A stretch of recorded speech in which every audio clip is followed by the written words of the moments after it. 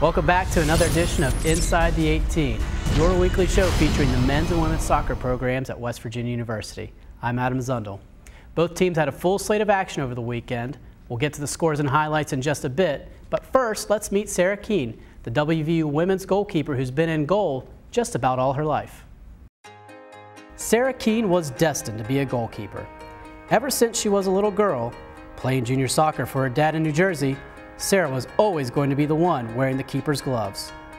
I have been a keeper since as long as I can remember. Every little kid starts off playing field, but that didn't last very long. I wasn't very good at the field, so my dad stuck me in goal, and then it just carried on from there.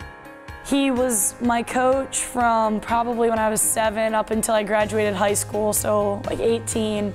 I didn't like it at first, but as I got training and as I got better, it was more fun because I wasn't getting scored on as much. But yeah, he was really the one that got me into goalkeeping. Now Sara works mostly with Zach Johnson, a former Mountaineer men's keeper who serves as a volunteer coach. He brings a wealth of knowledge, being that he was a 4-year starter here. He has a ton of experience in the college game. He's just all around a great soccer player and a great trainer.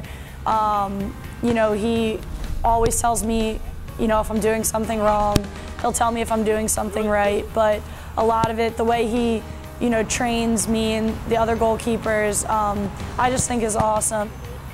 One of the most important attributes for any goalkeeper is confidence. You are the last line of defense, and it's up to you to make sure that your back four is doing their job. And that means being very vocal. Being vocal is a big part. I want my back line to know what's going on. They're as vocal to me as I am to them, so as long as we're helping each other, I think it works out. She's such a leader back there, and she's always positive, and even when I'm doing something wrong, she still finds the nicest way to tell me, and it's just great to have her behind me. Even though she's just a sophomore, Sara's had to take a leadership role in a pretty young and inexperienced defense.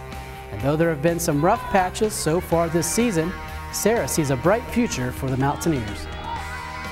We've got a lot of talented freshmen, sophomores as well, but it's hard to come in as a freshman and make an impact, and I think that this class is doing just that. I think they're doing an awesome job. And I think, like I said, as the years go on, it's only going to get better. Like we said, we have plenty of scores and highlights for you, so let's get to it, starting with the Mountaineer men. On Sunday, West Virginia battled Oakland, and the Mountaineers had their best offensive output of the season. It all started with Andy Bevan in the 4th minute, slotting in this cross from Pivo Due. Oakland equalized in the 26th minute, but West Virginia regained the lead 6 minutes later when Eric Shanley put this header over the Oakland keeper. Oakland had a chance to even the score right at the end of the first half, but Pat Evanson saved the penalty and preserved the 2-1 Mountaineer lead. The second half was all WVU, and freshman Ryan Caden finally cashed in with this rocket in the 78th minute. That made it 3-1 until 6 minutes later when Craig Stevens squeezed this shot from the end line to the far post to extend the lead to 4-1. Oakland scored in the last minute to make the final scoreline 4-2. On Friday, WVU visited nationally ranked Penn State and came away with a scoreless draw. Both teams had 13 shots on goal, and a Shadow Sabele header rattled the woodwork in the 85th minute, but ultimately the contest ended without a goal. On the women's side, it was a frustrating evening last Friday as WVU and Duquesne played to a 1-1 draw. Duquesne scored first and maintained the lead until the 48th minute when Kate Zundell struck a beautiful shot into the upper corner of the net to tie the match.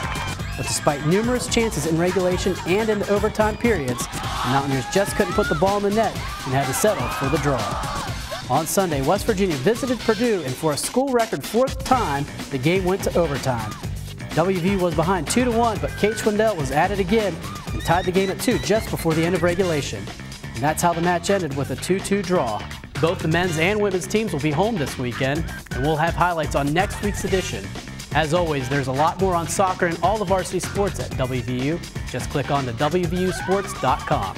That's it for this edition of Inside the 18. We'll see you next week.